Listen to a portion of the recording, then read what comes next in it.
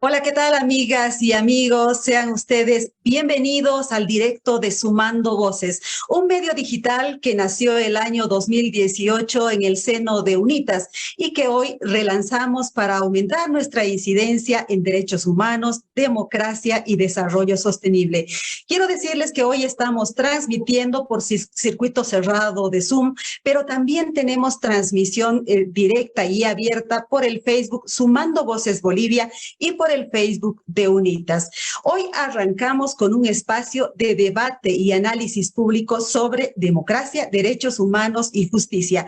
Y lo hacemos con la grata noticia de que tenemos una encuesta para compartir con ustedes. Se trata de una encuesta sobre la realidad nacional que ha sido encargada por UNITAS y que ha sido realizada por la empresa Ipsos CS Mori este año en todo el país. Quiero que empecemos viendo la ficha técnica de esta encuesta. Adelante con el video, por favor.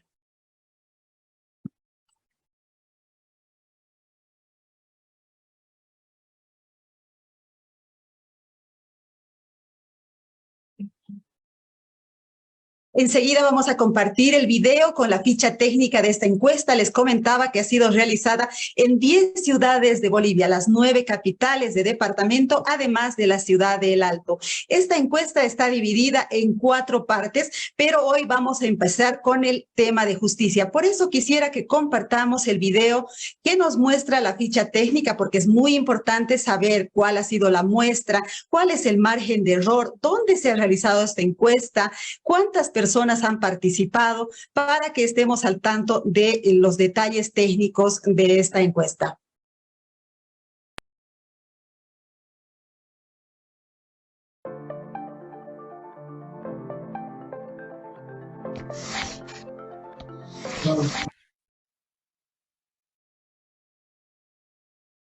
Arreglamos el detalle técnico y enseguida vamos a ver este video sobre la ficha técnica de la encuesta de Ipsos y CS Mori que se ha realizado en las 9 capitales de departamento y también en la ciudad del Alto. Vamos, por favor, adelante con ese video.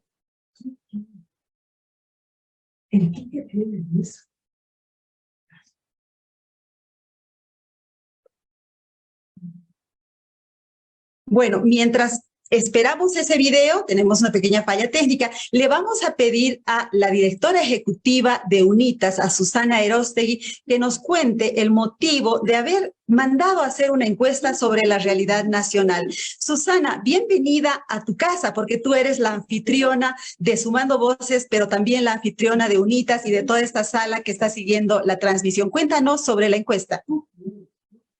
Muchas gracias, Mary. De hecho, es un gusto a nombre de todas las instituciones asociadas a empezar este ciclo de foros, La imaginación al poder, que nos permite trabajar o plantear en realidad esta necesidad de intercambiar criterios, pero además tomar en cuenta qué piensa la sociedad civil sobre diferentes temas.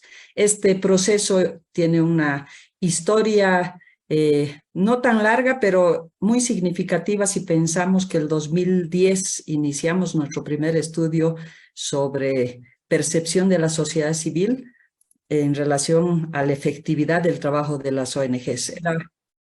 Era un momento en el que estábamos trabajando en condiciones de un contexto con nueva constitución política del Estado, pero también ya se veía venir un poco este tema de cuáles iban a ser ciertas asperezas del relacionamiento entre el propio gobierno y las ONGs. Se necesitaba además conocer un poco más a cabalidad qué pensaba la población sobre el aporte que hacen o no hacen las ONGs, las entidades sin fines de lucro en el país, al desarrollo, a la democracia, a los derechos humanos, pero además tener una posibilidad clara de entender de manera más directa qué se tenía que hacer para mejorar nuestro rol. Y es ahí donde hemos podido también, con una primera encuesta a 1.750 personas en las ciudades del Eje, La Paz, Cochabamba, Santa Cruz y El Alto, percibir si había una valoración o no de este aporte, si tenía claridad a la población sobre el enfoque para la mitigación de la pobreza y las desigualdades, de qué manera se estaba o no apoyando la promoción de la ciudadanía global, del compromiso público. Esto porque además estaba en ese momento muy presente algo que UNITAS impulsó, que era el Marco Internacional para la Efectividad del Desarrollo de las Organizaciones de la Sociedad Civil. Así arranca este proceso de ir conociendo las percepciones y ya más adelante, el 2015, tenemos un nuevo estudio que nos permite nuevamente saber cuáles son estos aspectos, incluido lo de rendición de cuentas, etcétera.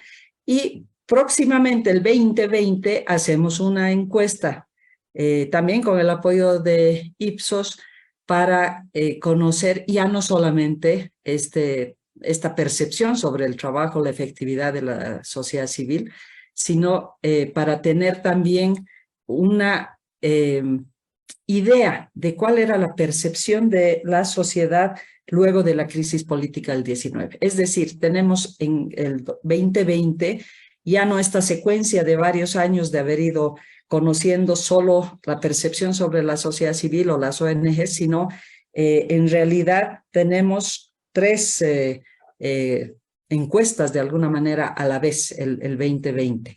Lo que buscábamos es comparar esas percepciones sobre el aporte de la sociedad civil, pero además, ¿qué pensaba la gente sobre la crisis del 2019, que ha sido pero tan significativa y ha tenido tanto impacto en la realidad nacional?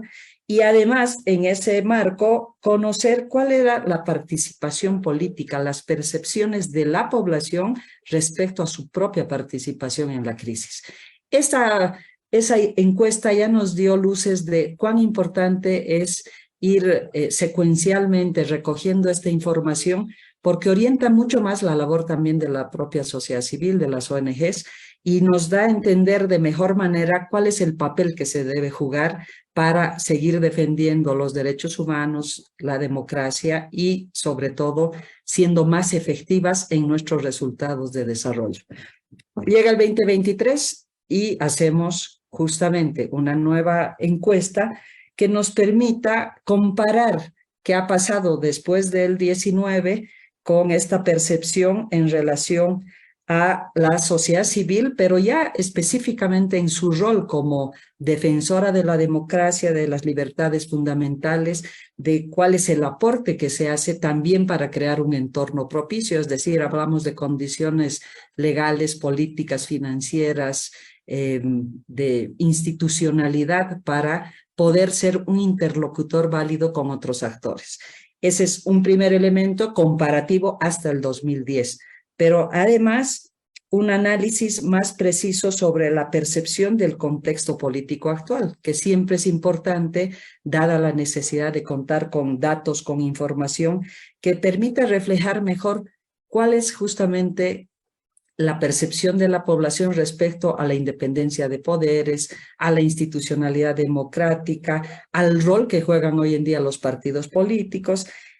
Una serie de temas que los vamos a desarrollar y conocer a lo largo de este ciclo de foros, pero el tercer elemento además vuelve a apelar a la necesidad de fortalecer la participación política ciudadana, es decir, ¿cuál es la percepción? Hay movilización, hay interés de trabajar en torno a ciertas causas, hay niveles de articulación para enfrentar las restricciones que se viven, pero además también cuál es la percepción que se tiene sobre los efectos, por ejemplo, en términos de cooptación político-partidaria, de cómo las organizaciones sociales hoy en día están o no desarrollando su labor, y también un análisis sobre cuáles son las percepciones que tiene la ciudadanía boliviana respecto a cuáles deberían ser las formas y las maneras en que la población tiene que participar y exigir el cumplimiento de los derechos. ¿Qué pasa con la clase política y qué hacen todos los actores a nivel de sociedad civil, pero también a nivel de las instancias públicas estatales y también de otros actores del desarrollo. Entonces, ese es el marco que nos ha llevado como Red Unitas a plantear esta secuencia de estudios, de análisis que es tan importante compartir con la población para seguir retroalimentando este debate público sobre estos temas de interés general y para comprender que tenemos un contexto que nos demanda una mayor participación y actoría en todos los niveles. Nos queda claro entonces, Susana, el primer paso para saber qué hacer, cómo actuar, a dónde apuntar, siempre es conocer, y la manera de conocer es tener una encuesta de este alcance. Yo quisiera que compartamos ahora sí el video sobre la ficha técnica para que sepamos cómo y dónde se ha realizado este estudio. Encuesta: percepción y sensación de la población sobre el contexto político. Objetivo: implementación de un estudio de percepción de la población boliviana sobre las organizaciones de la sociedad civil, organizaciones no gubernamentales, organizaciones sociales, organizaciones defensoras de derechos humanos, grupos de activistas, etc., y el ambiente sociopolítico en el que se desempeñan, su rol como actoras independientes en el desarrollo de los derechos humanos y la democracia, además de la percepción de la cooperación y el Estado en el marco de la recomendación del Comité de Asistencia para el Desarrollo, CAD. Objetivos participación política ciudadana. Metodología: se trata de un estudio de tipo cuantitativo concluyente. La técnica que se utilizó fueron encuestas cara a cara en hogares. Población encuestada: población en general mayores de 18 años de edad de diferentes niveles socioeconómicos. Muestra: 2.000 encuestas, con un margen de error de aproximadamente 2,19%.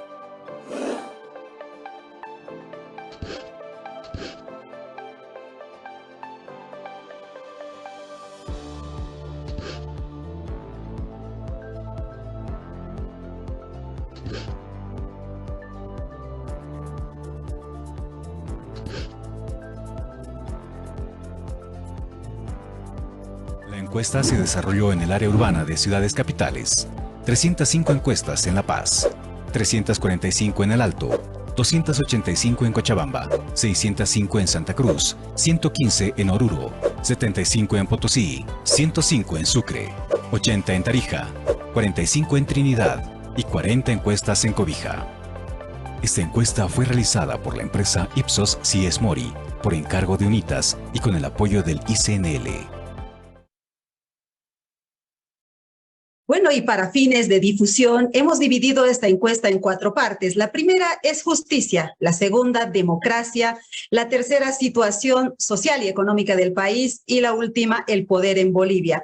Hoy queremos empezar con justicia, con la crisis de la justicia, podemos decirlo de esa manera, porque el país se encuentra entrampado en este problema, aparentemente sin un callejón que nos muestre la salida. Por eso hemos invitado a la doctora Katia Saucedo para que con ella y además con Susana Erostegui se haga el análisis de los resultados de esta encuesta. Quiero decirles que Katia Saucedo es abogada constitucionalista y jurista independiente. Fue viceministra de Derechos Humanos de la gestión de René Blattman, estando a su cargo varios procesos de reforma judicial de esa época. También fue la asesora constitucional de la defensora del pueblo de entonces, doña Ana María Romero de Campero. Quiero darle la bienvenida a Katia Saucedo. Es para nosotros un gusto tenerla aquí en el primer streaming del relanzamiento de Sumando Voces. Adelante, Katia.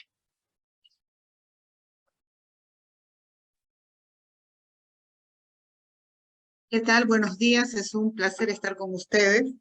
Yo quiero solamente muy rápido saludar a Unitas, agradecerles por la invitación, a usted, Mary, también, y decirles que es importantísimo estar hoy día hablando del tema de justicia, pero además es relevante saber que los ciudadanos y las ciudadanas de este país han emitido una opinión sobre el tema de justicia. Y es relevante constatar y saber que el tema de la justicia, independientemente de los resultados, es un tema que está en el tapete público, en el escenario público, y que a partir de eso vamos a poder exigir algunas soluciones concretas y rápidas sobre este escenario frustrante, a veces macabro, y que realmente atenta contra los derechos de la gente. Yo me quedo con eso en este momento hasta que vayamos avanzando en los resultados de la encuesta. Perfecto, muchísimas gracias, Katia. Ahora quisiera que veamos los resultados de la encuesta en lo que respecta a justicia. Tenemos un video preparado para eso. Adelante, por favor.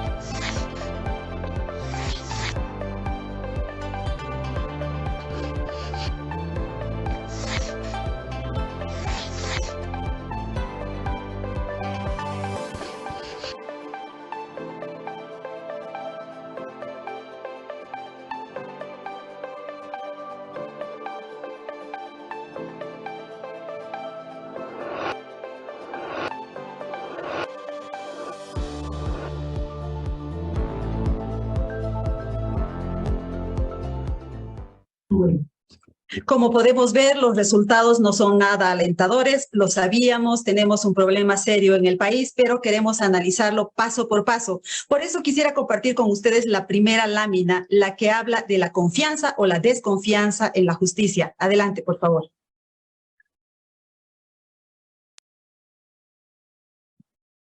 Muy bien, podemos ver que casi todos en el país desconfían de la justicia. Esa sería la conclusión de esta lámina. La justicia para el 85% de los bolivianos es poco o nada confiable. Solo un 14% dice que confía o confía algo en la justicia. Ahora quiero volver con Katia Saucedo y con Susana Erostegui para que analicemos este resultado. Le doy la palabra en primera instancia a Katia. Adelante, por favor.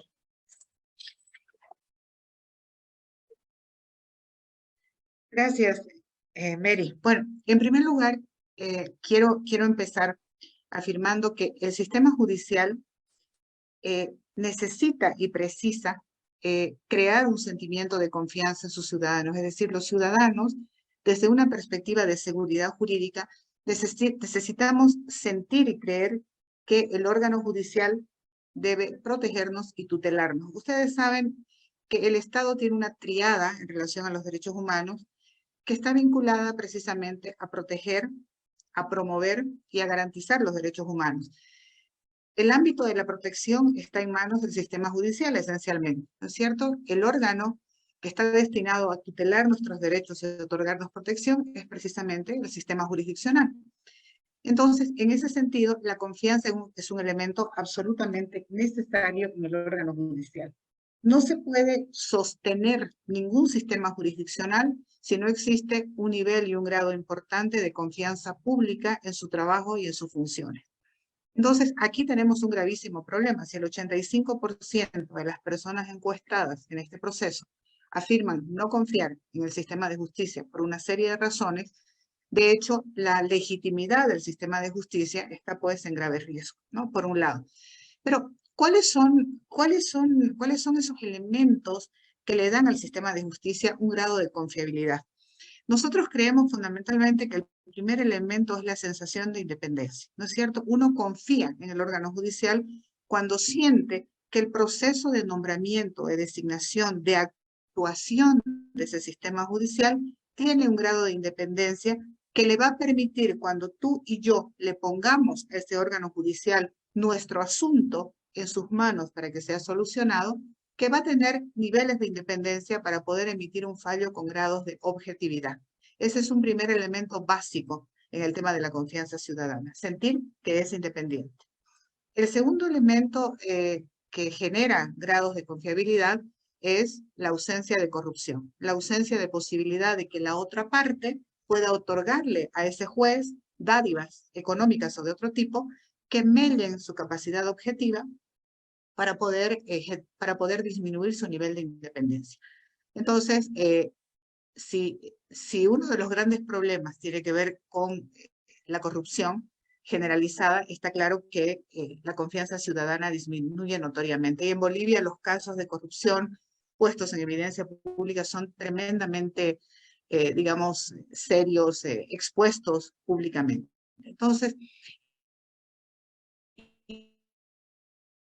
el nivel de probidades e idoneidades en el juez. O sea, no es cualquiera el que puede ser juez. Uno puede ser un excelente abogado, pero no tiene ciertas cualidades para ser juez, para sentarse en ese sillón a dirimir las cuestiones que se te planteen.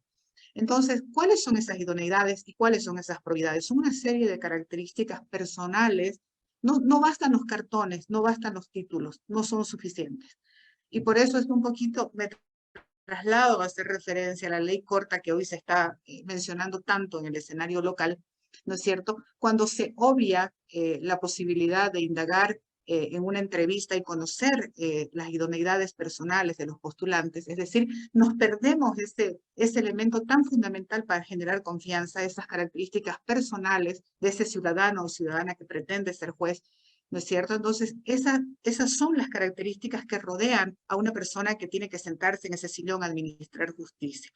No hay que olvidar, los abogados lo sabemos, pero no hay que olvidar que en realidad un juez lo que está haciendo es recibir una competencia innata del Estado para poder administrarla y ponerla en función de los ciudadanos. Entonces, si no hay confianza ciudadana, los cimientos básicos del sistema judicial están siendo en este momento devastados, ¿no es cierto? Miren, cuando yo doy clases en los programas de posgrado en los que participo, les pregunto a quienes están en esos programas, ¿ustedes confían en la policía? La respuesta general es no. ¿Ustedes confían en la fiscalía? Las respuestas generales no. ¿Ustedes confían en los jueces? Las respuestas generales no. Y si ustedes se fijan, la policía, la justicia, la fiscalía, ¿qué son? Son parte fundamental de ese sistema de administración de justicia en órganos esenciales y en órganos coadyuvantes. Entonces, en realidad, la situación del ciudadano frente a ese sistema que está destinado a protegerte, a tutelarte, a cuidarte, a tutelar tus derechos, es una situación de indefensión e inermidad. Entonces, eso significa que el ciudadano se siente inerme, se siente indefenso y manifiesta un grado enorme de desconfianza frente a ese órgano y ese poder que debería estar destinado a cuidarte, a tutelarte y a protegerte. Entonces, pero por otro lado, una de las funciones esenciales del sistema judicial es poner límites al poder público, ¿no es cierto? Cuando el ciudadano se enfrenta al poder público. Y esto no es una utopía. Cuando un ciudadano reclama ante un municipio, ¿qué está haciendo? Se está enfrentando al poder público, ¿no es cierto? Esa es una relación de enfrentamiento ante el poder público. Cuando un ciudadano es detenido, tiene que defenderse entre el ejercicio público. ¿Y quién es el que le pone límites a ese ejercicio? Precisamente el órgano judicial. Entonces, si el órgano judicial es un órgano judicial no independiente, es un órgano judicial que se presta a problemas de corrupción, es un órgano judicial que no genera confianza, que no tutela derechos, ¿puede el ciudadano tener alguna posibilidad de enfrentarse satisfactoriamente y exitosamente ante el ejercicio del poder público? La respuesta es no. Entonces el ciudadano está en una situación de inermidad e indefensión que se trasluce claramente en una respuesta muy, muy, muy fuerte de desconfianza ciudadana. Entonces, en realidad, ese es el contexto de probablemente esta respuesta tan fuerte de 85%, más del 80% de gente que nos dice no confío en el sistema de justicia. Y saben, no es una mera respuesta de una encuesta cualquiera, sino que lo que te está diciendo el ciudadano es que no confía, se siente inerme, se siente indefenso frente al órgano que tiene competencias para tutelarte, para protegerte y para resguardar tus derechos y además para limitar el accionar del poder público que puede en algún momento estar enfrentado con tus derechos humanos. Entonces la situación de respuesta frente a este contexto que nos plantea los resultados de la encuesta son tremendamente preocupantes. Si yo fuera parte del sistema judicial o fuera magistrado, estaría realmente preocupada por los resultados de esta encuesta, porque me está diciendo que el trabajo que está haciendo el órgano judicial es absolutamente ineficiente y que la ciudadanía definitivamente tiene dudas sobre las funciones que estoy cumpliendo, pero además está claro que hay un socavamiento muy grande de los cimientos del sistema judicial. Y creo que con esto me quedo. A raíz de este dato tan revelador y tan fuerte, podríamos decir que estamos ante una crisis de confianza. Antes de continuar, yo quiero decirles a las personas que nos están siguiendo a través del circuito cerrado de Zoom y a través de la transmisión, que pueden enviar sus preguntas para nuestras panelistas a través del chat del Zoom y también a través de la transmisión de Facebook. Así es que después, cuando ya terminemos este análisis, vamos a estar respondiendo algunas de esas preguntas. Pero ahora quiero ir con Susana. ¿Qué le dice este 85%? ¿Cómo hemos llegado a este punto? Sí, yo creo que, perdón, un segundo, aquí estoy con... creo que es así de revelador como ha explicado Katia, porque esta crisis profunda que vivimos de la justicia ha imposibilitado cumplir su principal rol, que eso es lo que para nosotros llama mucho la atención, más allá de cuestiones muy específicas de cómo le afecta a un ciudadano común no acceder a la justicia, esta cuestión de no poder cumplirse el rol de tutelar los derechos de las personas. Yo creo que es ahí el centro de esa desconfianza, además de estas otras cuestiones muy bien explicadas por Katia. Los ciudadanos y ciudadanas tenemos esa sensación porque después de haber tenido esta reforma constitucional del 2009 y de haber tenido tantos años de denuncias, de haber documentado incluso los graves problemas que existen en relación a la retardación de justicia, esa mora procesal que afecta directamente a cualquier persona, el propio hacinamiento carcelario, las redes de corrupción que ya se han mencionado, la persecución incluso política que develan ese fracaso de aquella reforma, porque además cuando se ha planteado la elección de las altas autoridades de la judicatura por voto popular, no ha habido el cambio esperado y eso supone que en globo, en un bloque, todo lo que hace a un sistema de justicia no está respondiendo a la demanda ciudadana y esa desconfianza está evidentemente ligada con las decisiones políticas que se toman al respecto. Pero sigamos avanzando con los resultados de esta encuesta. Otra de las preguntas que se le hizo a la gente es ¿cuáles considera que son los principales problemas del sistema judicial? Quisiera que compartamos una lámina para que veamos cómo ha respondido la gente respecto a esta pregunta sobre los principales problemas. Como podemos ver, 59% de los consultados dice que la corrupción es generalizada en la justicia.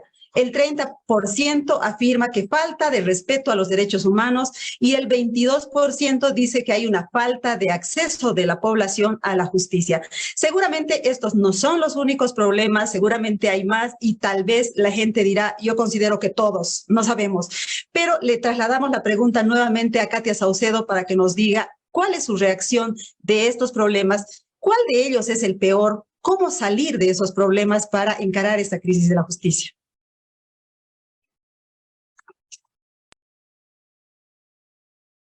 Perfecto. A ver, el tema de la corrupción generalizada, bueno, han habido muchísimos casos públicos, ¿no es cierto? Yo recuerdo con, ya no sé realmente si enojarme o reírme, por ejemplo, el caso de este juez en Santa Cruz, el juez Chuto, yo no sé si ustedes recuerdan, ¿no? Que fue realmente paradigmático. Pero, sin embargo, hay problemas muchísimo más profundos, ¿no es cierto?, que están provocados por el sistema de administración de justicia. Y le voy a dar un par de flashes, algunos ya los tocabas tú, Mary. 360% de hacinamiento carcelario. Ustedes me dirán, bueno, pero el hacinamiento carcelario es un problema de la administración penitenciaria. No, en realidad es un problema provocado por la administración Administración de Justicia Penal, que utiliza de manera cotidiana la detención preventiva, que debería ser una medida de última ratio, ¿no es cierto? Es decir, usada solamente en casos excepcionales. Sin embargo, se usa de manera cotidiana. Entonces, eso ha provocado ese índice enorme de hacinamiento carcelario. Puede sonar así como muy de estratosfera, pero les doy el ejemplo más concreto. San Pedro, una infraestructura construida para albergar a 500 personas, alberga más de 4.000. Esa es la muestra clarísima de lo que puede hacer un sistema judicial irresponsable usando una medida de detención preventiva de manera cotidiana cuando la ley establece absolutamente lo contrario. Les doy otra cifra, 50% de casos que se quedan sin resolver de una gestión a otra en el sistema judicial. Es decir, que tenemos una permanente retardación de justicia que va aumentando cada año en un 50%. ¿No es verdad? Entonces, son flashes que te muestran cuál es la situación del sistema de justicia. Pero por otro lado, hay una serie de problemas adicionales que convierten a este sistema en un sistema realmente macabro cuando tú te ves involucrado en el mismo. Uno de ellos es el tema de la falta de independencia. El sistema judicial es un sistema que no tiene independencia y está marcado claramente por varias situaciones particulares, ¿no es cierto? Primero, la carrera judicial es inexistente. Hay más del 50% de jueces provisorios. ¿Por qué es importante que el juez no sea provisorio y que el juez esté siendo parte de un sistema de carrera judicial? Porque un juez provisorio cuyo funcionamiento, cuya continuidad en el funcionamiento en el ejercicio de sus funciones depende de alguien, se convierte en un juez vulnerable. Y ese juez vulnerable, obviamente, no es un juez independiente y puede estar sujeto a una serie de presiones que en realidad pueden provocar perjuicios al ciudadano. Entonces, es importante incidir en el tema de la ausencia de carrera judicial en este momento, que es un gravísimo problema. Lo segundo es la falta de independencia en el proceso de preselección de las altas cortes, que es un tema que ya lo hemos discutido muchísimo en este último tiempo, pero que en realidad no se soluciona con lo que está pasando ahora. O sea, la preselección está en manos de un órgano de naturaleza político-partidaria, y esa es una situación que tenemos que cambiar, es una realidad que tenemos que cambiar. No se le puede pedir a la Asamblea Legislativa Plurinacional que actúe de otra manera, porque su naturaleza es político-partidaria. Entonces, va a aplicar criterios políticos partidarios al momento de realizar procesos de elección. Esa es una situación que tenemos que mirarla y tenemos que cambiar. La existencia de presupuesto paupérrimo para el sistema judicial. También se ha mencionado muchísimo. El presupuesto del sistema judicial no pasa del 0.56% desde hace muchísimos años. Ni siquiera el 1% del presupuesto del TGN. Pero además, ese 0.56 no es solo para el órgano judicial, es para el Ministerio Público, es para el Ministerio de Justicia, es para el SEDAVI, es para la Defensa Pública, es para la Escuela de Jueces, es para la Escuela de Fiscales. Entonces, el sistema judicial tiene un presupuesto mínimo para funcionar. ¿Y eso en qué incide? En que los servicios de acceso a justicia para los ciudadanos sean deficientes y sean inaccesibles o no existan. Entonces, lo uno provoca lo otro. Otro tema que hay que analizar con un cierto nivel de madurez es el tema del sueldo para los jueces, ¿no es cierto? No es un tema menor. En todos los países del mundo, los jueces son los funcionarios probablemente mejor pagados. ¿Por qué? Porque precisamente se les paga mejor para garantizar un cierto nivel de independencia y para garantizar que ese juez no tenga necesidad de procurarse ningún tipo de dádivas de otra naturaleza. Ese es el meollo del asunto, ¿no es cierto? No es porque les guste pagarle bien a los jueces, sino es porque hay ese otro elemento importante que garantiza independencia judicial. Entonces, no es un tema menor y no es un tema frívolo, hay que aprender a mirarlo con ese nivel de madurez. El otro tema importante en el sistema judicial es la ausencia de mecanismos alternos que provoquen lo que decía Susana, que disminuyan ese nivel de mora judicial. Mora judicial es un término, creo yo, bastante considerado. En realidad se trata de retardación de justicia, que es un delito en este país, ¿no es cierto? Cuando se crea el tipo penal de retardación de justicia, precisamente en la reforma del año 98, en la época de Bladman, la idea era que haya una persona que sufra retardación de justicia y entre el juez a la cárcel. Esa era la idea, ¿no es cierto? Retardas, incumples los plazos procesales y vas a la cárcel. Esa era la idea, ¿no es cierto? Pero en realidad no se ha cumplido. Y el otro grandísimo problema que ya lo toqué en la anterior intervención es la ausencia de idoneidades y probidades en los jueces. Al no haber carrera judicial, al existir jueces provisorios en una cantidad tan escandalosa, está claro que los sistemas y los criterios que se usan para llevar a los jueces a los cargos que se están ocupando son criterios que no tienen que ver con idoneidades ni probidades y con características esenciales para poder ocupar esos cargos. En otros países, a los jueces incluso se les hacen exámenes psicológicos, ¿no es cierto?, para ver que esa persona tenga la suficiente capacidad para poder enfrentar una presión de tipo política, de tipo poderosa, y que pueda tener la capacidad de resistirse, ¿no es cierto? O sea, que no es cualquier ciudadano el que se sienta en ese sillón. Entonces, en este caso tenemos jueces provisorios puestos a dedo, que están ahí, y que claro, cuando hay un caso que tiene implicancias políticas o que hay alguien muy poderoso, que es una de las partes, está claro que ese juez no va a poder de ninguna manera siquiera enfrentarse a esa persona, va a tener que tomar decisiones vinculadas a esa presión que de una u otra manera le llega. Entonces, creo que además de estos problemas identificados certeramente en la encuesta, como corrupción generalizada, falta de respeto a derechos humanos, pero, y quiero detenerme ahí, imagínense, falta de respeto a derechos humanos con un índice tan alto, cuando precisamente una de las funciones principales del sistema jurisdiccional es tutelar los derechos de la gente, ¿no es cierto? Hacer que se respeten y volver al estado originario de esos derechos, es decir, se han menoscabado, entonces el juez tiene la competencia y tiene la función principal de restaurar esos derechos y ponerlos en su estado original y resguardar los derechos de la gente. Y fíjense que las personas están diciendo en esta encuesta que precisamente uno de los principales problemas del sistema judicial es que no respeta los derechos humanos. Entonces es un absoluto contrasentido en relación a una de sus funciones principales. Y el tercero, el falta de acceso al servicio de la justicia. Las condiciones en que las personas presentan sus solicitudes o se presentan ante el sistema judicial y las condiciones en que litigan los abogados en el sistema de justicia son realmente denigrantes, ¿no es cierto? Basta ir a ver una audiencia para darse cuenta de cómo litigan los abogados. Miren, en los procesos de reforma en otros países, el Estado o los estados, por ejemplo Chile, que ha sido uno de los países que empezó su proceso de reforma penal después de nosotros, cuando uno visitaba el sistema judicial chileno, daba envidia de la sana, porque ellos asumieron el proceso de reforma legal con el proceso de reforma estructural y material, es decir, fue todo un acompañamiento.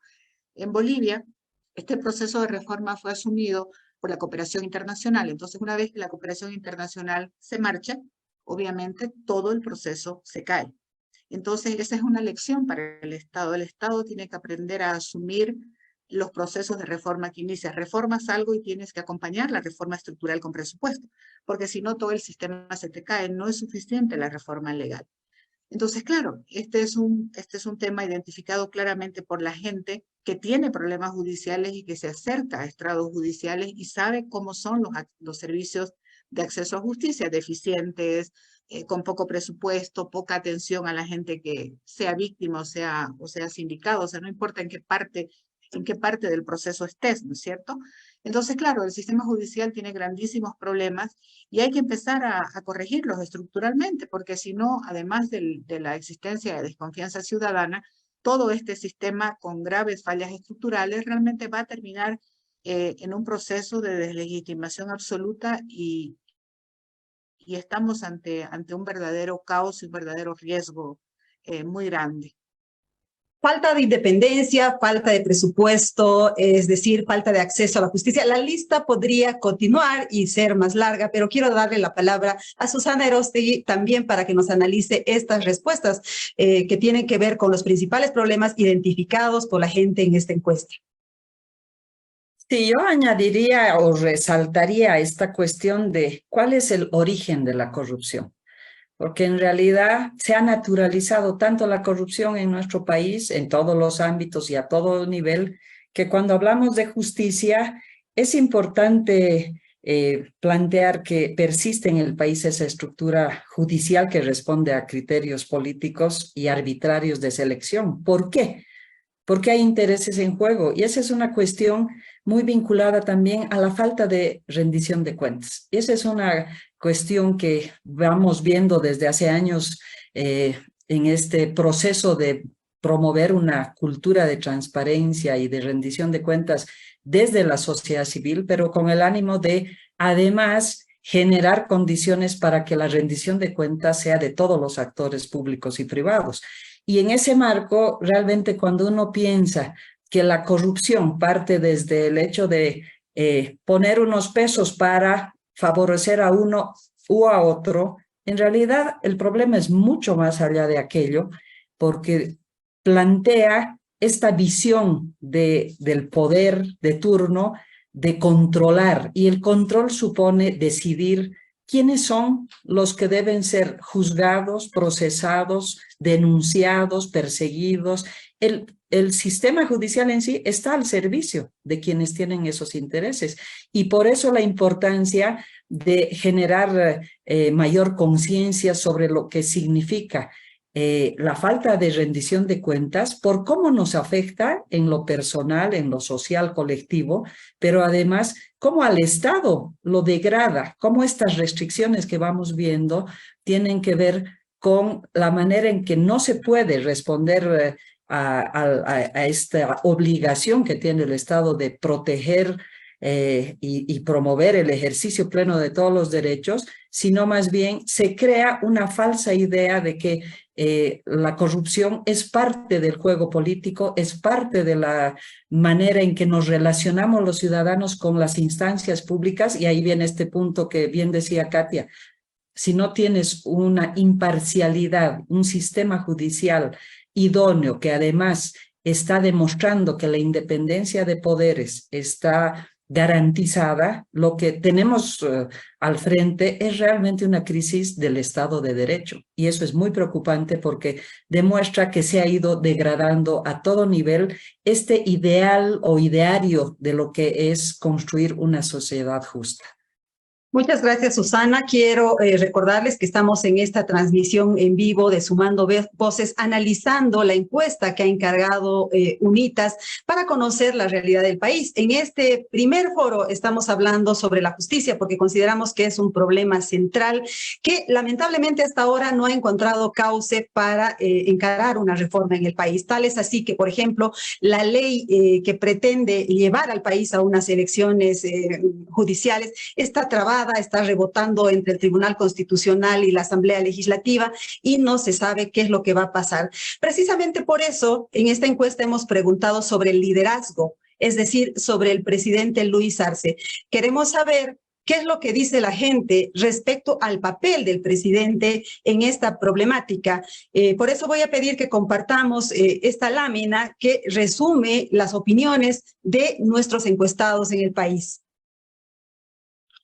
Fíjense ustedes que el 78% de los consultados en las 10 ciudades más importantes de Bolivia dice que el presidente está haciendo un mal manejo o muy mal manejo de la crisis de la justicia.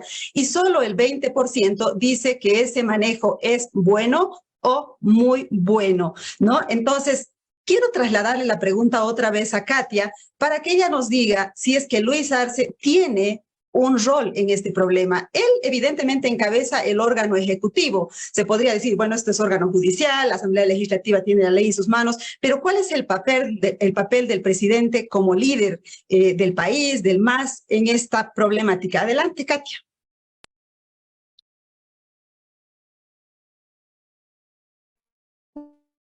Bueno, el Ministerio de Justicia esencialmente tiene un rol fundamental en el tema de justicia, ¿no? Por ejemplo, a ver, quizás voy a dar un par de ejemplos. La actual gestión del ministro Lima inicia la gestión con un buen pie, creo yo. Él anuncia un proceso de reforma constitucional y de hecho dura unas poquitas semanas, un par de reuniones con esta comisión de notables y de repente ahí queda el proceso de reforma constitucional, ¿no es cierto? Y él retrocede. Entonces, sí tiene un nivel de responsabilidad, porque de hecho, aparte de esa conducta de intentar iniciar un proceso de reforma constitucional, que creo que no hubieron voces en contra en ese momento, yo personalmente me alegré mucho de ese proceso, retrocedió inmediatamente frente a la presión seguramente política de su partido, en ese momento, en la estructura que estaba vigente, pero después hay mucho daño que se hace desde el órgano ejecutivo. Por ejemplo, cuando se emiten opiniones sobre casos que están en el sistema judicial, son claros actos de intervención del órgano ejecutivo en el órgano judicial. ¿No es cierto? Es probable que haya mucha tentación de hacerlo, pero por estrategia, por lo menos, el órgano ejecutivo debería no hacerlo. Por otro lado, cuando se inicia la iniciativa ciudadana, y perdón por tocar este tema, pero lo toco rápidamente, es probable que hubiéramos necesitado precisamente para iniciar este proceso un poco de algún apoyo del Ministerio de Justicia, ¿no es cierto?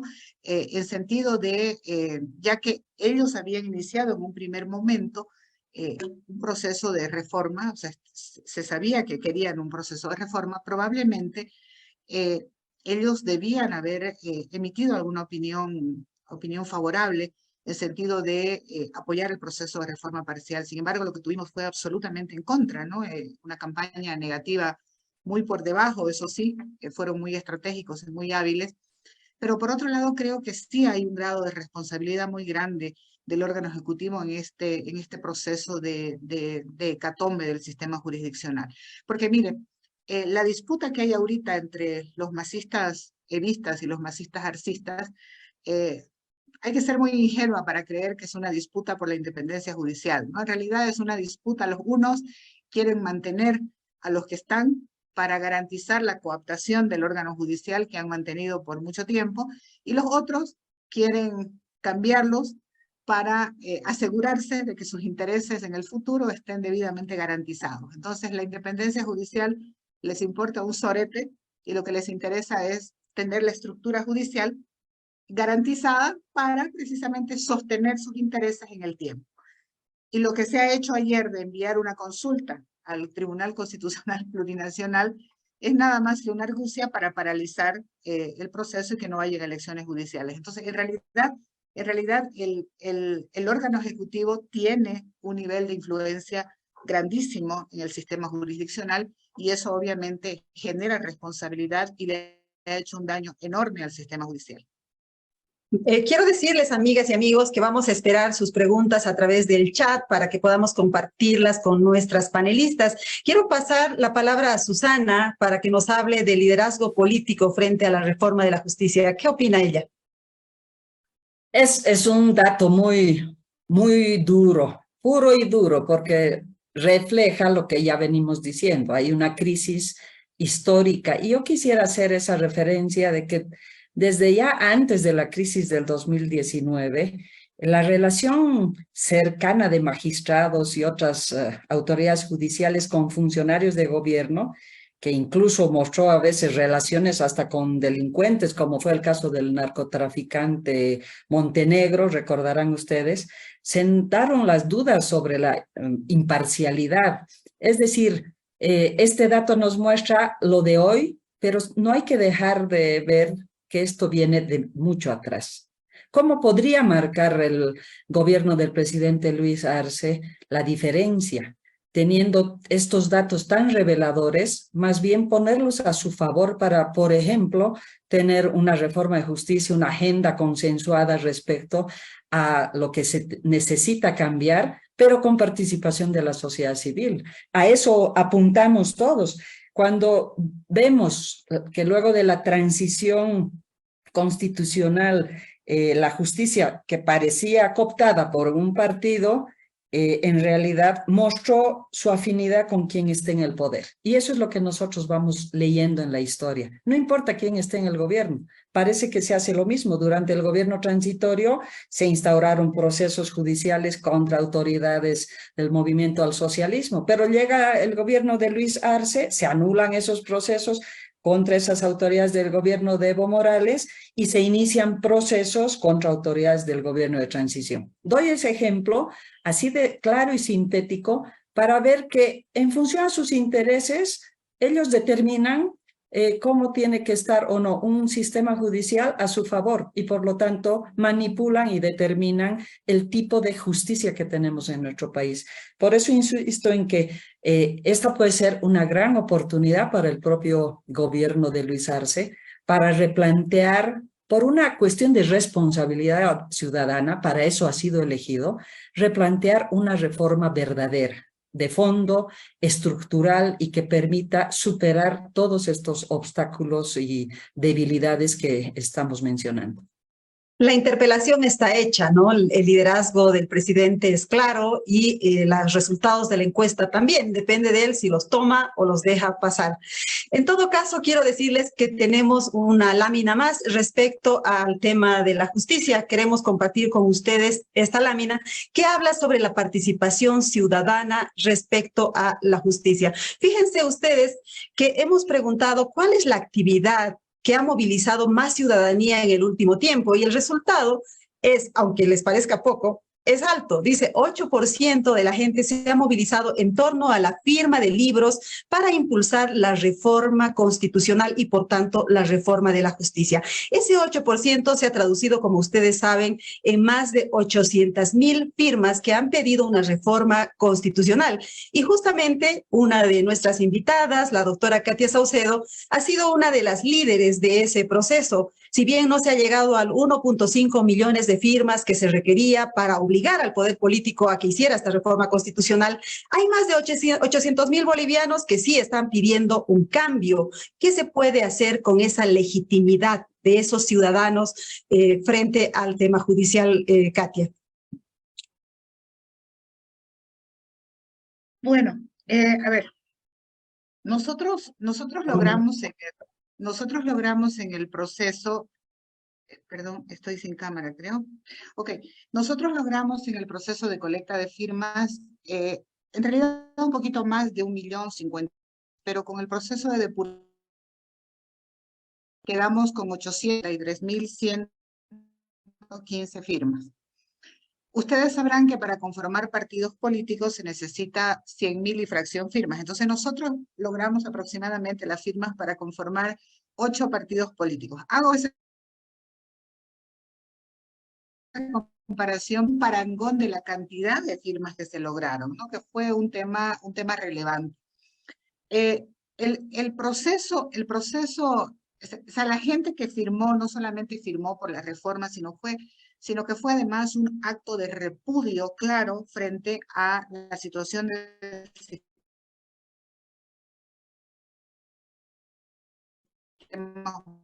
su firma en los libros en todos los departamentos. Nosotros creemos firmemente que ante el entuerto que se vive en este momento, porque ahorita hay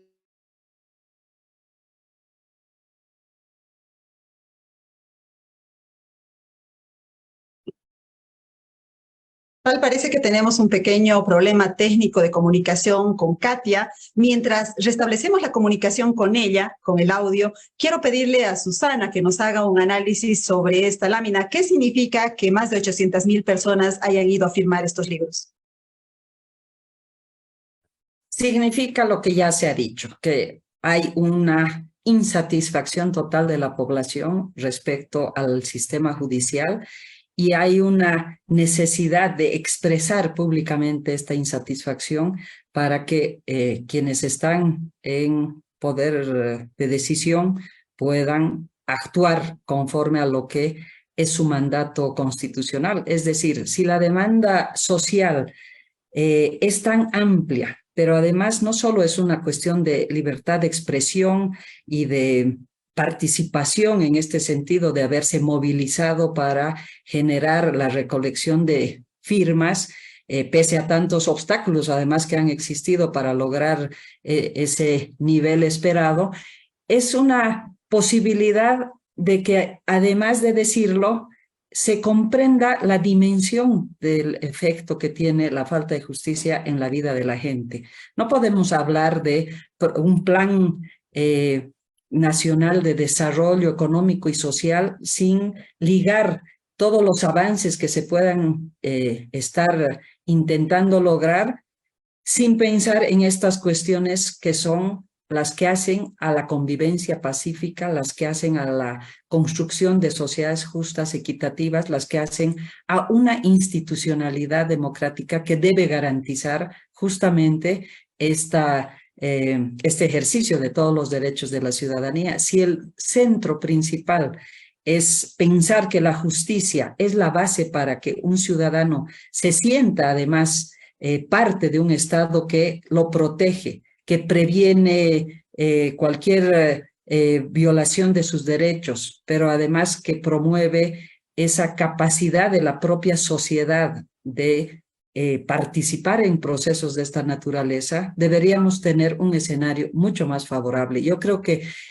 ha sido una experiencia muy rica, más allá de no haberse logrado el resultado alcanzado, ha sido una experiencia que deja varias lecciones aprendidas y ojalá haya dejado una, por lo menos pequeña llamada de atención a quienes están en función de gobierno para entender que este es un tema prioritario. Esta es una cuestión ineludible, pero además un gobierno tiene que estar a la altura de estas cuestiones para responder efectivamente a lo que necesitamos como sociedad. Gracias, Susana. Tenemos nuevamente a Katia, con quien hemos tenido un pequeño problema de audio, pero ya la tenemos aquí para que nos hable de la legitimidad lograda con las firmas por la justicia. Gracias, Mary. Perdón, no sé qué pasó, son fallas del internet. Bueno, yo les decía en realidad que la cantidad de firmas que se lograron durante el proceso, si bien no se colectó el 1.500.000 que nos exigía la ley, te da un parámetro de la situación clara del repudio de la gente en relación al actual sistema. Nosotros creemos que la única posibilidad de, digamos, restaurar este entuerto, este conflicto que hay ahora, es retomar la propuesta de reforma constitucional en sede legislativa. Miren, es tremendamente fácil y es hasta estratégico, ¿no es cierto? Porque ahorita lo que se tiene es un probable vacío de poder el 31 de diciembre cuando fenezca el mandato de los 23 o 26 cargos de las altas cortes. O sea, el vacío de poder es inminente, ¿no es cierto? Lo vamos a tener el 31 de diciembre. Alternativas, el 31 de diciembre. Ambas inconstitucionales. La primera es la prórroga del mandato de los actuales magistrados. Inconstitucional, eso no está previsto en la Constitución. La segunda es la designación por decreto presidencial, de nuevos magistrados que cubran ese vacío de poder. Algunos dicen va a ser un vacío de poder de un mes, otros dicen van a ser 3 a 6 meses, no sabemos exactamente. Ok, entonces ahí volvemos al tema de vulnerabilidad de las altas cortes, designación presidencial, magistrados y magistradas de tribunales supremos designados por el presidente, etcétera, etcétera, etcétera, con todo lo que ello involucra. Entonces, ¿cuál sería la solución estratégica? Iniciar el proceso de reforma parcial de la Constitución, sacar del ámbito de la Asamblea Legislativa Plurinacional la preselección, porque ese es un gravísimo problema estructural. No le puedes pedir a un órgano de naturaleza político-partidaria que realice un proceso de preselección apartándose de su naturaleza, ¿no es cierto? No se le puede pedir. Entonces, mientras persista la competencia de preselección en manos de la Asamblea Legislativa Plurinacional, los criterios ideológicos partidarios van a ser los que prevalezcan. Entonces, si se hace este proceso, se saca obviamente de la Asamblea Legislativa de la competencia y se crea un órgano técnico con características esencialmente técnicas para que pueda administrar estos procesos de preselección con criterios de idoneidades y probidades básicamente alejados de los ideológicos partidarios. Pero además se le pregunta al ciudadano, ¿está usted de acuerdo con, no sé, mantener a tales magistrados o realizar la designación de nuevos por un lapso de 6 meses para efectos de, y ahí se zanja el problema del vacío constitucional? Es un tema de estrategia, además. Es decir, se llama a referéndum nacional y es el constituyente originario el que decide qué se hace y se salvan las responsabilidades que va a generar una u otra decisión. Porque cualquiera de las decisiones que tome el gobierno frente a ese vacío de poder que es inminente, le va a generar responsabilidades. En cambio, si se hace vía el llamamiento a referéndum nacional, va a ser el constituyente originario el que tome la decisión, pero además se subsanan los problemas estructurales de la justicia, que es uno, el tema de la preselección en manos de en manos de la Asamblea Legislativa Plurinacional, de votos nulos, blancos e inválidos, que solamente es una expresión de descontento y que no tiene ninguna validez, la posibilidad de que tenga esa decisión un efecto vinculatorio, ¿no es cierto? Se solucionan esos dos problemas estructurales y se inicia una reforma estructural de la justicia, si es que se tiene, claro, la decisión de hacerlo, ¿no es cierto? Porque el resto son puros parches. Entonces, y ahí se soluciona el problema, es una decisión estructural estratégica.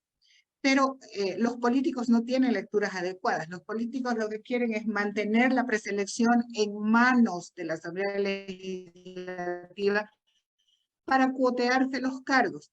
Miren, yo les invito a leer la ley corta y a fijarse en ese articulito que establece que la votación va a ser en plancha. ¿Saben qué significa en plancha, no es cierto? Es decir, que los partidos que están con representación parlamentaria van a negociar en primer término quiénes van a ser los candidatos preseleccionados y no van a votar postulante por postulante, van a votar por una lista, por una plancha. ¿Qué significa eso en los hechos? Significa negociación y cuoteo partidario. Es decir, aquello que contra lo que se había dicho que ya no se volvería a suceder y que por eso se elegía la votación popular, porque la negociación pactada en la época de ADN, MIR, MNR, había sido realmente fatal para el sistema judicial. Bueno, ahora lo que tenemos con la ley corta es en realidad más de lo mismo, pero además sumado, ¿no es cierto? Tenemos la preselección en manos de un órgano político partidario y además la negociación pactada. O sea, le hemos sumado ese otro aditamento. Entonces, frente a ese proceso, la propuesta que nosotros habíamos hecho puede generar una salida constitucional, pero además solucionando los problemas estructurales que han sido identificados en todo este proceso que terminó con una colecta de firmas y que no logramos el 1.500.000, logramos 833.115, que no es un número despreciable. Ya les dije al inicio, podríamos haber conformado 8 partidos políticos haciendo una comparación. Muy bien, Katia. Me quedo con esa frase que dijiste, se viene un vacío de poder en el órgano judicial. Me parece terrible pensar siquiera en eso, porque significa que la ciudadanía no va a tener dónde recurrir para hacer valer sus derechos, para hacer valer su situación legal, ¿no? Si es que hay este vacío de poder. Y esa responsabilidad, obviamente, según nuestra encuesta también, está en manos del sistema político. Pero les cuento que ya han empezado a llegar las preguntas a través del chat y a través de nuestras redes sociales. Yo voy a ir repartiendo las preguntas un poco al azar, pero veamos, a ver, María Fernanda Valencia nos dice, otro factor que genera desconfianza en la población es la falta de transparencia y la total falta de acceso a la información pública en la administración de justicia. No tenemos acceso a ninguna documentación pública, por ejemplo, sentencia de casos, ni sabemos quiénes son los administradores de justicia. ¿Tienen referencias de países que hayan avanzado más en esto? Quizás Katia, porque ella conoce del manejo judicial por dentro. Bueno, en realidad, miren, yo creo que la información que emite el sistema judicial tendría que ser dividida en dos categorías. Es aquella información administrativa, que es la información que en este caso manejaría el Consejo de la Magistratura ahora, que es esa información presupuestaria, la información administrativa del órgano judicial, que debería ser esencialmente pública. No debería tener ningún tipo de restricción. Y en el tema de las sentencias y fallos, se han hecho algunos avances relevantes en el país. Por ejemplo, el cuaderno digital de la Fiscalía creo que es un avance interesante, pueden tener acceso a las partes, ¿no es cierto? Pero de hecho todavía hay una restricción muy grande. Miren, por ejemplo, en la Fiscalía es un contrasentido, ¿no? Cuando citan al sindicado para que preste su declaración, no se le da la información sobre cuál es la denuncia que tiene. Y cuando uno pregunta, bueno, présteme, no, primero que declare. Entonces la persona va y declara sin tener idea de cuál es la denuncia que se ha interpuesto contra él. Esa es una violación gravísima al derecho a la defensa, ¿no es cierto? Entonces, de manera general, la información que se genera en estrados judiciales debería ser de carácter público, ¿no es cierto? Salvo que haya menores de edad y que hayan temas vinculados al honor y a la libertad de las personas. Pero de hecho, en Bolivia todavía tenemos mucha restricción en el acceso a información. Yo creo que donde hay que incidir mucho ahora es en la información que debe prestar el Consejo de la Magistratura, que es información vinculada al manejo de los recursos económicos del sistema judicial, que es el manejo de la creación de nuevos sistemas de acceso a justicia, que todavía creo que se brinda información demasiado general, información no legible, información no comprensible, digamos, muy poco legible esa información. Entonces ahí, claro, y eso tiene que ver con otro tema que es el acceso a la información pública.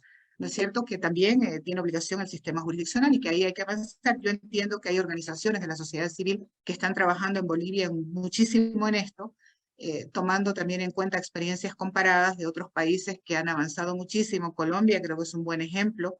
El Perú ha avanzado también mucho en este tema. Nosotros aún tenemos muchas deficiencias, ¿no? En el sistema judicial. O sea, y ¿saben qué? Un elemento importante es que cuando los sistemas normalmente, cuando no dejan que el ciudadano acceda a la información, son sistemas que se mantienen cerrados y son sistemas donde, claro, al no tener acceso el ciudadano, es probable que el estado de indefensión aumente. Entonces, creo que es un tema importante en el que hay que incidir, pero entiendo yo que en el proyecto de ley del acceso a la información pública, que precisamente creo que está liderado por una organización de la sociedad civil, la Fundación Jubileo, hay previsiones muy claras sobre el tema de la información pública en el sistema judicial. Quizás habría que mirar un poco este proyecto y de repente apoyarlo, ¿no? Para lograr cambios importantes en el tema que plantea la persona que pregunta. Muy bien, transparencia, transparencia. Nos hace falta transparencia por todas partes en el país. Zulema Lanes envía una pregunta que quisiera pasársela a Susana. Ella dice, ¿no es ilusorio una reforma verdadera del sistema judicial cuando está claro que el poder necesita controlarlo para garantizar la impunidad? Puede parecer ilusorio, pero es lo único que podemos hacer, apelar a que se cumpla la responsabilidad del Estado o del gobierno, en este caso como administrador del Estado, porque cuando tienes un proceso tan largo como el que estamos viviendo de búsqueda de cambios estructurales, desde un inicio se sabía que había necesidad de abordar temas álgidos, y uno de esos es la justicia. Lo ilusorio sería pensar que no podemos cambiar. Yo creo que hay que apostar a que justamente la participación de la sociedad civil boliviana en toda su diversidad, su amplia gama, necesita también actuar de manera más contundente en la exigibilidad de ese derecho a una justicia, a un sistema de justicia efectivo, idóneo, con todas las características que se plantean, porque necesitamos recuperar justamente nuestra capacidad de soñar, nuestra capacidad de no conformarnos. Y eso está muy ligado a este dato que se da respecto a la movilización por las firmas, que la encuesta era abierta para saber en torno a qué se moviliza. Parece un porcentaje menor, pero es el mayor porcentaje que ha movilizado a la población boliviana. O sea, no importa el porcentaje específico, sino entender que existen causas que nos deben movilizar a todos y a todas para que se cumplan con las obligaciones que tiene el Estado. Finalmente, por omisión, también el Estado está incumpliendo con esas obligaciones y yo creo que estamos ante esa situación. A veces creemos que viene un ideal de cambio de justicia y por acción estamos viendo todo lo que sucede con tanto debilitamiento y tantas manipulaciones y pactos, etcétera, que impiden aquello. Pero no hacerlo desde el Estado es a la vez un incumplimiento de su responsabilidad. ¿Quiénes estamos llamados a pedir que este cambio y muchos otros cambios se den en nuestro país? Somos los actores sociales, somos la sociedad civil organizada, somos la población, el vecino, la vecina y cualquiera que con seguridad, cuando preguntamos, ¿tiene alguna referencia, alguna anécdota, algún dato de algún familiar o alguien que conoce que haya sufrido los efectos de la injusticia o de la mala administración de justicia, yo creería que ahí el porcentaje llega fácilmente a un 99%, porque eso sí nos está afectando y esa es responsabilidad también nuestra de exigir que el Estado cumpla. Derecho a ilusionarnos, con eso me quedo, por lo menos eso tendremos los ciudadanos, ¿no? Pero también tenemos en nuestras manos la posibilidad de organizarnos, eso es lo que dice Susana Erostegui. Quiero leerles el siguiente comentario, no es una pregunta, así es que no va a ir para ninguna de las dos panelistas, dice, son más de 800,000 personas insatisfechas con la democracia corrupta que tenemos, no lo maleada que es con lo maleada que está nuestra justicia. Los poderes judicial y electoral, al igual que los otros, deberían ser separados y autónomos, coordinados, pero todo está manchado, manipulado y ajustado a la medida de necesidad de los gobernantes y no así del Estado. Tenemos también una pregunta de Erika Meneses que nos dice que recuerde siempre hubo corrupción en todos los gobiernos de turno que han existido en la historia. No es nada nuevo la corrupción y el mal manejo en acceso a la justicia y manejo de las leyes que existen. Igual sigue siendo un comentario. Vamos con también un comentario o pregunta, lo vamos a ver, de Bruno Rojas. Bruno dice, la crisis del sistema judicial es estructural y ha provocado la extinción del valor y sentido de la justicia en la sociedad boliviana. Por tanto, la mejora del presupuesto y otras reformas parciales podrán cambiar esta crisis. Con el gobierno actual y con el que viene, interesados en sacar provecho de esta crisis, ¿es posible imaginarla una justicia al servicio de la población? Le paso la palabra a Katia. Bueno, yo creo que sí, porque no podemos seguir sosteniendo un sistema en el que los ciudadanos estemos en un estado de inermidad e indefensión. Creo que ese es un primer punto del que tenemos que partir, ¿no es cierto? A veces, miren, por ejemplo, yo siempre me refiero al caso de Jerry Fernández, ¿no? Porque, claro, hacemos aseveraciones muy generales y de repente porque no hemos sentido el sistema de justicia en nuestras casas o cerca nuestro. Pero, por ejemplo, el caso de Jerry Fernández te da cuenta de un muchacho de 30 años, quizás un poco menos, recién titulado como médico general, que inicia su vida profesional y que de repente se encuentra sindicado nada más y nada menos que de un hecho de violación de un menor de edad, lo más terrible de lo que te pueden acusar, ¿no es cierto? Y se lo llevan no sé cuántos años preso y además lo condenan. Una juez se emborracha una noche de parranda y confiesa de que no había una sola prueba, pero había instrucciones de encontrar un culpable. A ver, pensemos en ese caso 5 minutos de que sea tu hijo, tu padre, tu hermano, tu primo. ¿Te das cuenta? ¿Se dan cuenta de semejante situación? Entonces, ¿vamos a permitir que esto continúe? Sí, y en relación a los comentarios anteriores, es cierto, en los gobiernos anteriores también se cuoteaba en el sistema judicial, en los gobiernos anteriores también había corrupción. O sea, no es un mal que solamente sea de responsabilidad del actual gobierno, no, es cierto, esto viene de hace tiempo. Pero ¿saben qué? Ha avanzado de tal manera y se ha agudizado de tal manera en estos últimos 15, 20 años, que en este momento ya no es posible seguirlo sosteniendo ni permitiendo. En este momento lo que se ha hecho es hacer una transición, ¿no es cierto? El sistema judicial en los gobiernos anteriores se usaba para resguardar intereses de carácter económico. Eso es lo que se hacía en los anteriores gobiernos y es bueno ya llamar las cosas por su nombre. Pero en esta última transitabilidad, lo que se ha hecho es utilizar el sistema judicial para perseguir a los adversarios políticos y a la gente que piensa diferente. Eso es lo que se ha hecho en los últimos años, ¿no es cierto? Y no les voy a contar las muestras porque basta abrir una plataforma de noticias para saber de qué se trata. Entonces, ahí hay un sistema que está funcionando precisamente para resguardar intereses de corte político, ¿no es cierto? Y prorrogar un sistema político. Entonces, la pregunta es, ¿hasta cuándo vamos a sostener este sistema? Hasta que te toque, hasta que sea un hijo, un hermano, alguien cercano a ti, hasta que entre a tu casa el sistema de justicia y entiendas qué significa.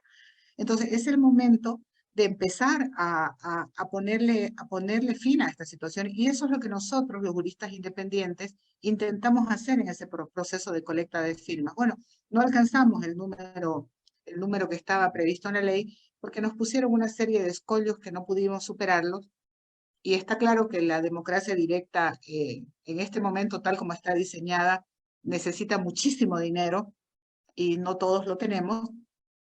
Pero de hecho creo que este es un buen momento, es un buen piso para empezar otra vez a analizar el tema de justicia y exigir que las reformas que se hagan sean reformas que realmente modifiquen la situación actual.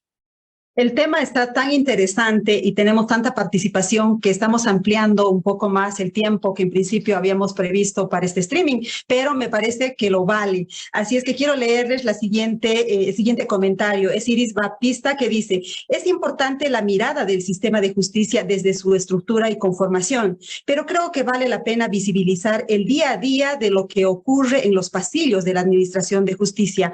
Casos como el asesinato feminicidio de Juana Quispe,